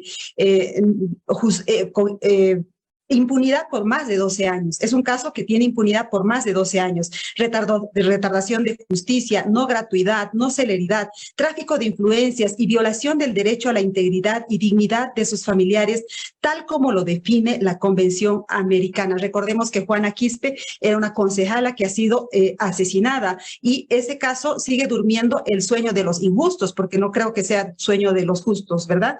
También tenemos el comentario de Gloria Villarruel Salgueiro, que dice: la corrupción no permite que sea efectiva la ley 348, en referencia a la ley que debería garantizar a las mujeres una vida libre de violencia y que no está cumpliendo con sus objetivos, según este comentario. Otro comentario de Adet Aníbal Génesis, que nos dice: pero este gobierno no inició siquiera el proceso de cambio prometido. Entonces, ¿hasta cuándo vamos a esperar ese cambio? ¿No es justificar a este gobierno tocando los anteriores y sus falencias? Tenemos otro comentario de María Adela Canedo Antelo, que nos dice: transparencia sí hay, ya que todos podemos ver la corrupción que acontece en todo el sistema. Lo que no hay es honestidad. Una ironía, ¿no? Hay transparencia que nos permite ver la corrupción, pero no nos permite ver qué es lo que pasa detrás de los tribunales, que es lo que hablábamos hace un momento. El comentario de Félix Lanquipacha: es posible una justicia totalmente independiente en América Latina, porque antes había, por lo menos en discurso, 3 poderes medianamente independientes. Ahora, por ejemplo, en nuestro país son órganos dependientes del Palacio Quemado. También tenemos el comentario de Elvia Prieto, que nos dice: si no existe una reforma judicial estructural y que cuente con independencia, autonomía, no funcionará, y la transparencia y el acceso a la justicia seguirá siendo una peregrinación sin respuesta. Solo la ciudadanía organizada puede promover la modificación efectiva. Pero también tenemos una pregunta, la vamos a leer, es de Marcelo Ortega. Es un secreto a voces que las sentencias tienen un precio, 500 a 1000 o más, hablo en dólares, dice. ¿Habrá alguna manera de sancionar a esos jueces o magistrados y eliminar esta práctica corrupta? Ahí la dejo la pregunta para que cualquiera de ustedes la responda. ¿Y la respondo yo? Bueno, en realidad, si le hablo formalmente, claro, hay una serie de tipos penales establecidos en el Código Penal para sancionar a jueces corruptos. Hay para elegir los tipos penales. El asunto es que el sistema no reacciona frente a eso, y la gente por temor no denuncia, ¿no es cierto? Ese es un elemento fundamental. Y el sistema judicial, a través de sus propios instrumentos internos, como el Consejo de la Magistratura, que no se olviden que es el órgano administrativo y disciplinario del órgano judicial, que debería tomar cartas en el asunto. Al ser disciplinario también debería tomar cartas en el asunto, tampoco funciona. ¿Y por qué no funciona? Porque no es independiente, porque este sistema corrupto, este sistema dependiente, le conviene al poder de turno. Y no me estoy refiriendo concretamente a un partido político específico. Este sistema le conviene a cualquier poder de turno que necesita mantener cooptado al órgano judicial para defender sus intereses. Mientras eso exista, el órgano judicial va a continuar así. Y mientras los ciudadanos no tengamos certeza del poder que tenemos en nuestras manos, de poder remediar esta situación, la situación va a continuar así. Entonces, por eso digo, lamentablemente la colecta de firmas era la oportunidad de poder alcanzar. Si hubiéramos alcanzado 1.500.000 firmas, ¿saben qué estaríamos en este momento? Estaríamos en llamamiento a referéndum. Seguramente ya hubiéramos pasado el Tribunal Constitucional y estaríamos en este momento yendo a referéndum, a votar por el referéndum y a votar por las preguntas para la reforma parcial de la Constitución. Quizás no entendimos bien, quizás los juristas independientes, que éramos pocos, que no teníamos mucho dinero, que teníamos dificultades, que, bueno, una serie de... No medimos el tremendo escenario que teníamos al frente, pero creo que el poder ciudadano es el momento de retomarlo, ¿no? Y que creo que ese es un elemento relevante. Y como digo, esta encuesta que nos está mostrando un poco la situación del sistema judicial desde la mirada ciudadana puede servir nuevamente para retomar ese piso que es importante hacerlo. Sí, solo complementando. Muy bien, sí. Adelante, Susana.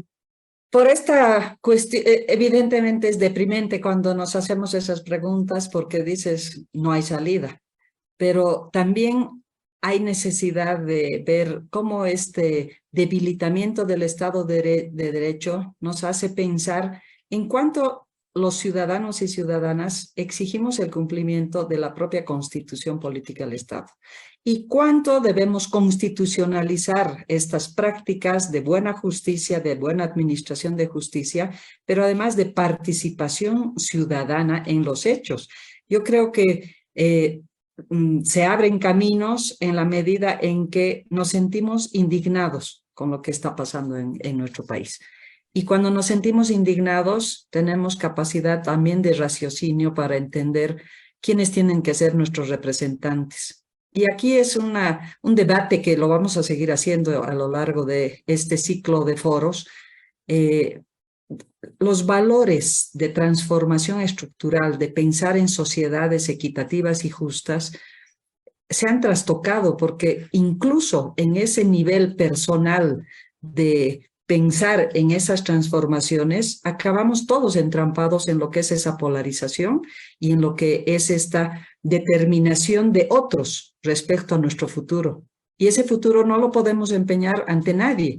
Y ahí tiene que haber una mayor capacidad de respuesta movilizada o de expresión y de exigencia para que se cumplan, reitero, esas obligaciones que se tienen no solamente en el ámbito nacional para el cumplimiento de la Constitución y de asegurar ese Estado de Derecho, sino también los compromisos internacionales de derechos humanos. El marco internacional establece todo lo que el Estado boliviano debe hacer y en la última reunión que tuvimos, o en la reunión que tuvimos con el relator García Sayán, por ejemplo, discutimos mucho de estos temas desde este enfoque de sociedad civil. ¿Qué se puede hacer frente a esta estructura tan cerrada, rígida, corrupta? Cuando además hablamos de ser parte nosotros como sociedad civil de esos entramados de corrupción. Me cobran 500, me cobran 1.000, yo se los tengo que dar.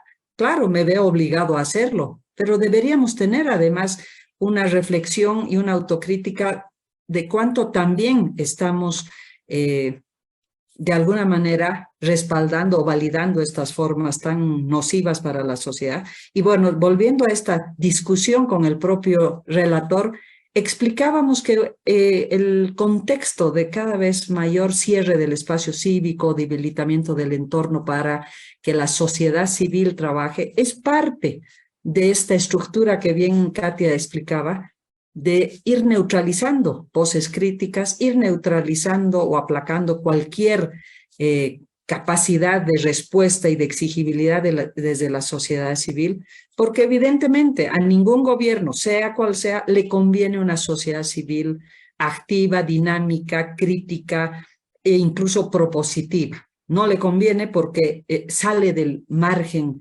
establecido para lo que son sus propios intereses. analizar más la realidad, replantear nuestro propio rol como sociedad civil y buscar esas alternativas, muchas, no una, muchas alternativas, porque justicia es apenas un eje.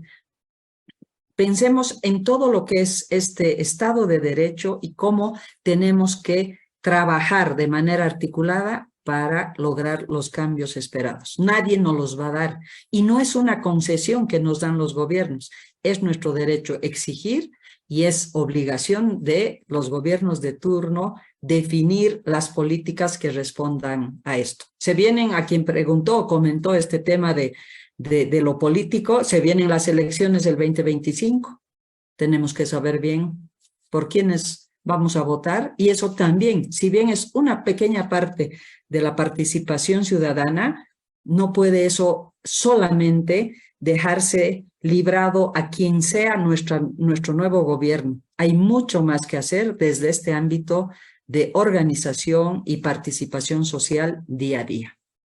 A estas alturas va quedando claro un mensaje en este foro, el mensaje de que la ciudadanía tiene un poder en sus manos, tiene el poder de la exigibilidad de la organización para pedir que esos derechos, en este caso de una justicia reformada, una justicia que cumpla con su rol, sea cumplido este derecho por el sistema político, ¿no? Me parece que eso es lo más interesante que está quedando de este debate. Quiero terminar con dos preguntas, porque si no podríamos seguir el debate largo y tendido por el tema que nos toca hoy día. Iris Baptista pregunta, ¿qué podemos decir sobre las recomendaciones internacionales de la Comisión y la Corte Interamericana de las Naciones Unidas, que recibe el Estado boliviano sobre los debidos procesos, el acceso a la información, atención pronta a casos de violencia hacia las mujeres, suscripción de soluciones amistosas para implementar reformas? ¿Qué dicen esas recomendaciones? Esa es la pregunta. No sé quién quiere responder.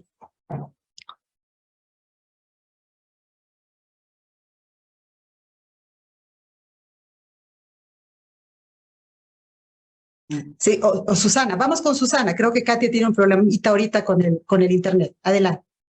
No, en realidad es bien concreto, ¿no? Pensar que los organismos de derechos humanos también están en la mira por una cuestión de politización a nivel global, que también refleja a nivel regional una tendencia cada vez más clara respecto a las restricciones que se van dando y respecto también al rol que juegan estas entidades, estos organismos.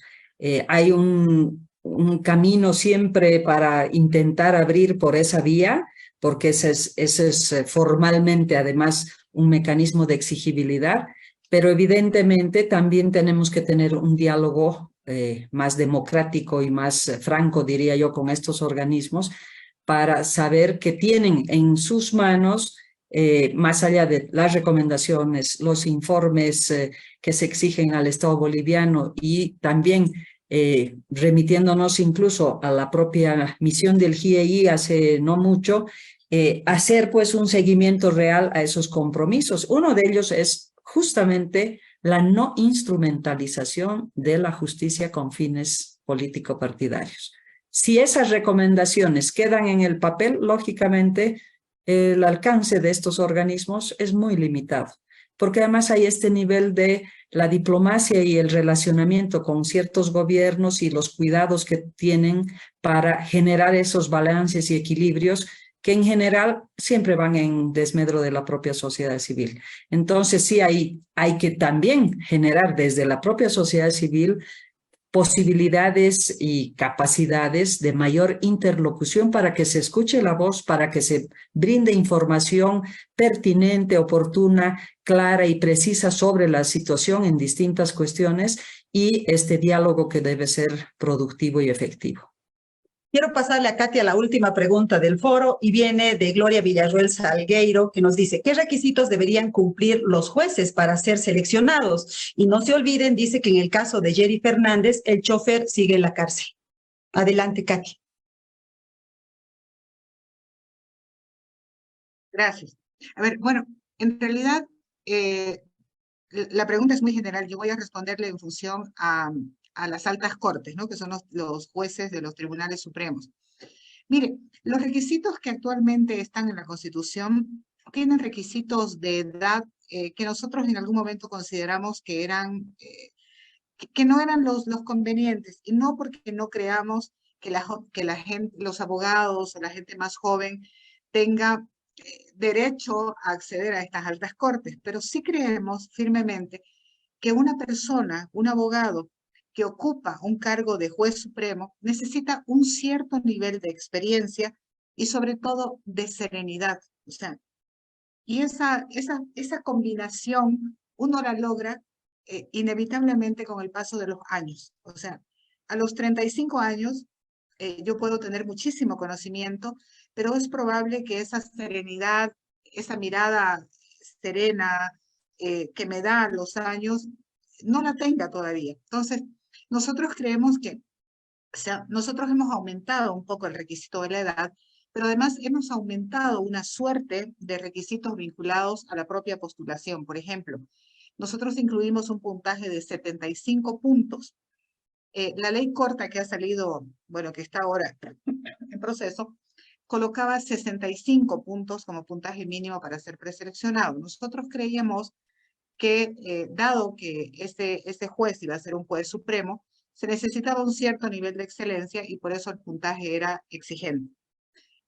Una serie de cosas como esa. Otro tema era la verificación de las idoneidades y probidades, ¿no es cierto? Las capacidades gerenciales del juez, porque no se olvide que el juez finalmente es un gerente de su despacho. Ese juez debe tener la capacidad de poder establecer un sistema de agenda para poder atender las audiencias, para poder dictar sentencia en plazo oportuno, etcétera, etcétera. Entonces, no es solamente una persona que tenga conocimiento jurídico, sino que además debe tener ciertas cualidades gerenciales para poder organizar su despacho.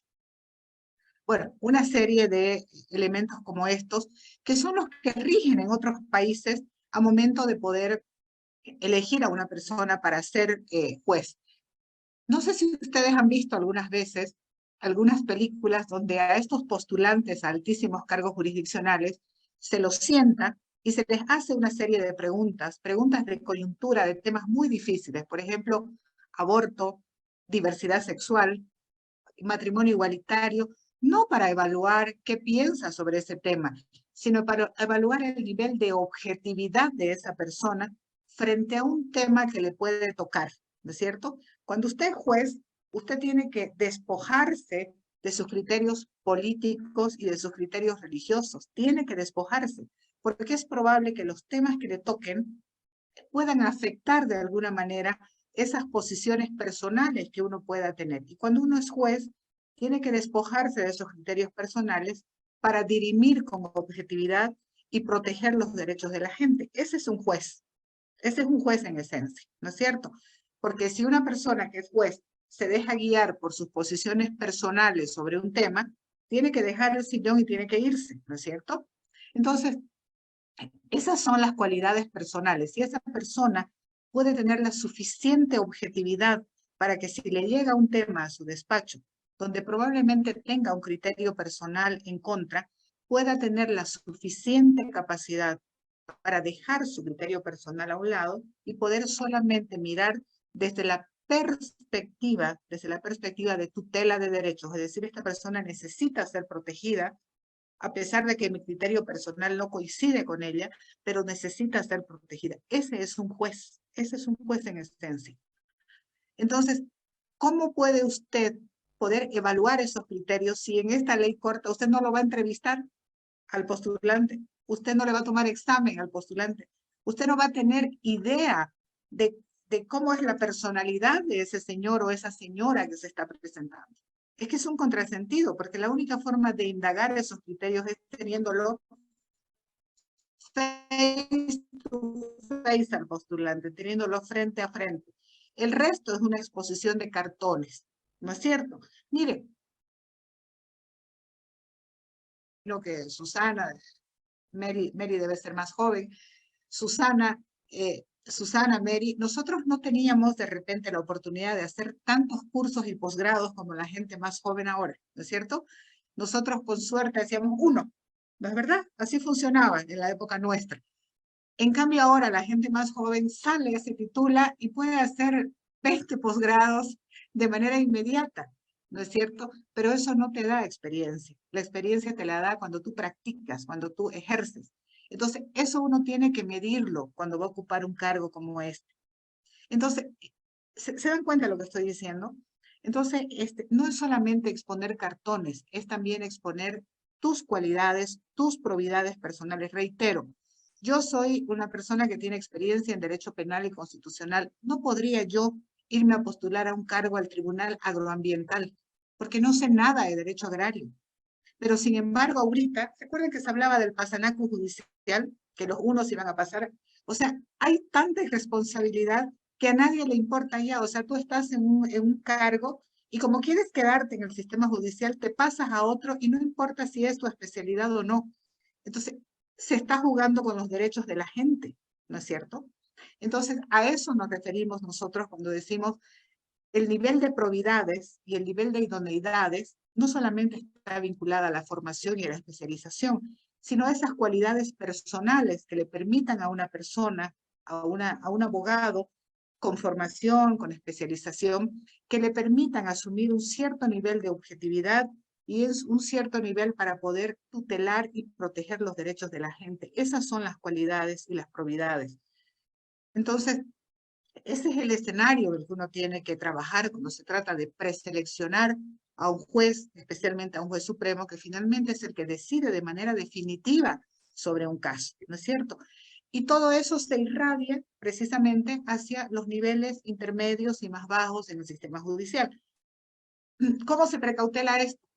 Con la carrera judicial. La carrera judicial en este momento en Bolivia es sumamente frágil, es casi inexistente, y eso se traduce en un porcentaje altísimo, más del 50-60% de jueces provisorios que no son resultado de la carrera judicial, sino que son impuestos y puestos casi a dedo, y que por eso tenemos una justicia vulnerable, una justicia que tiene niveles de corrupción, una justicia que cuando hay un caso político con implicancias políticas, los fallos son como ya sabemos que son, y que finalmente el ciudadano es el que sufre las consecuencias porque está inerme y indefenso cuando se enfrenta en un proceso a un sistema político. Y por otro lado, usted mira el escenario donde supuestamente se deberían defender los derechos de los ciudadanos, en relación al Estado, a ver una miradita al defensor del pueblo, cómo estamos por ahí, sin el ánimo de crear polémica como el defensor del pueblo, pero por ejemplo, ¿cómo estamos? Estamos también con institucional muy grande, ¿no es cierto? Miramos otro escenario, la defensa pública. ¿Cómo está la defensa en relación a la época de Bladman, que fue cuando se creó? ¿Será que es la misma? Tengo mis serias dudas y puedo afirmar que no. Entonces, miremos el escenario. Yo creo que se necesita un gente de reformar el sistema y de iniciar un proceso serio de reforma estructural, porque en realidad las deficiencias del sistema judicial no se quedan en el sistema judicial, se van directamente a enfrentar y afrontar al ciudadano, que es el que finalmente necesita tutela y protección. Muchísimas gracias, Katia. Muchísimas gracias, Susana. Antes de terminar, quiero leer este último comentario de Adet Aníbal Génesis, que dice: el término Estado está mal manejado porque Estado somos todos, ciudadanos de a pie, personas naturales y jurídicas, los que damos poder a un gobierno, y exigir que se respete nuestra constitución política del Estado, nuestras leyes, y no se las maneje a antojo de algunos como se hace ahora. Otra vez sale el tema del poder de la ciudadanía. Antes de despedir a nuestras panelistas y a todos los que se han mantenido casi 2 horas firmes en esta transmisión, quiero comentarles que este ciclo de foros tiene 4 sesiones. La primera ha sido hoy sobre justicia y el próximo jueves a la misma hora, es decir, a las 11 de la mañana, vamos a estar con otro foro, esta vez para hablar de cuál es la situación del país, tanto en economía, en lo social, y ver cómo lo están haciendo nuestras autoridades. Vamos a presentar esa parte de la encuesta y también la vamos a analizar con especialistas. Susana, muchísimas gracias. Katia, muchísimas gracias. Les dejo el micrófono para que se despidan. Empecemos con Katia, ya que está con micrófono abierto. Bueno, yo agradecerles, ha sido una experiencia muy interesante para mí, pero además conocer los resultados de la encuesta y un poco fortalecer esos esos sentimientos que tuvimos durante la colecta de firmas, yo creo que no fue un proceso en vano.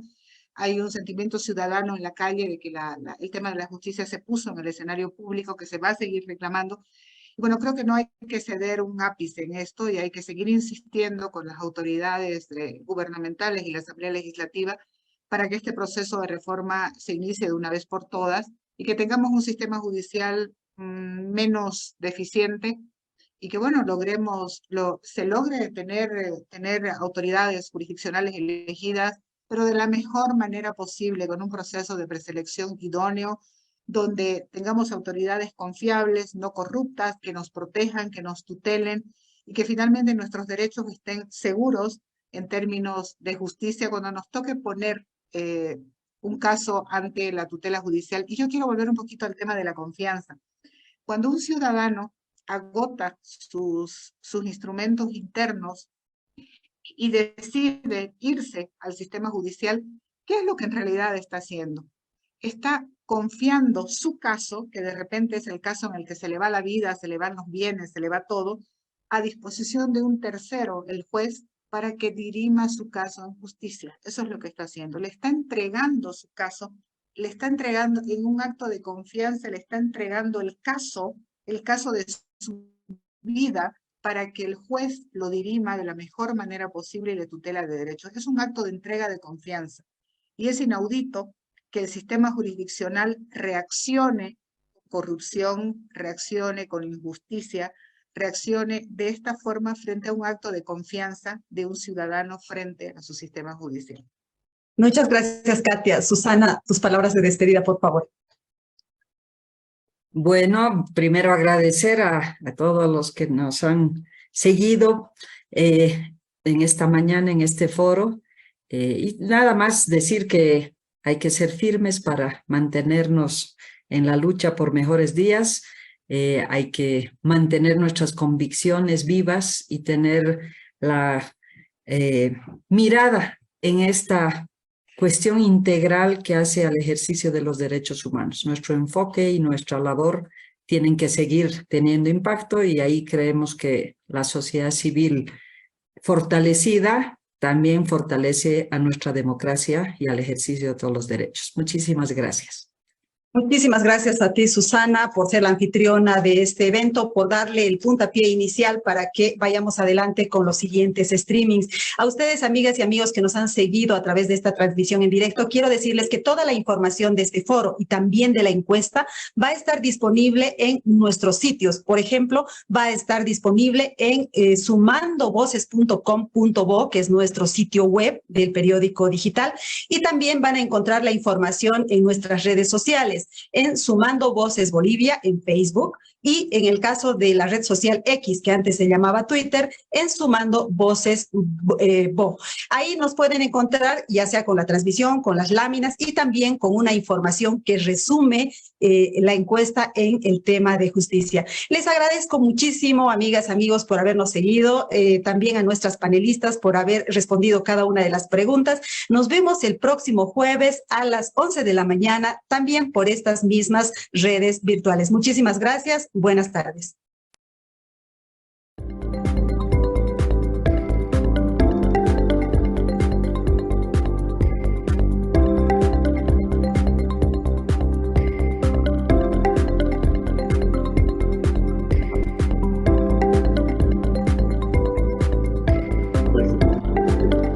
Ya se fue.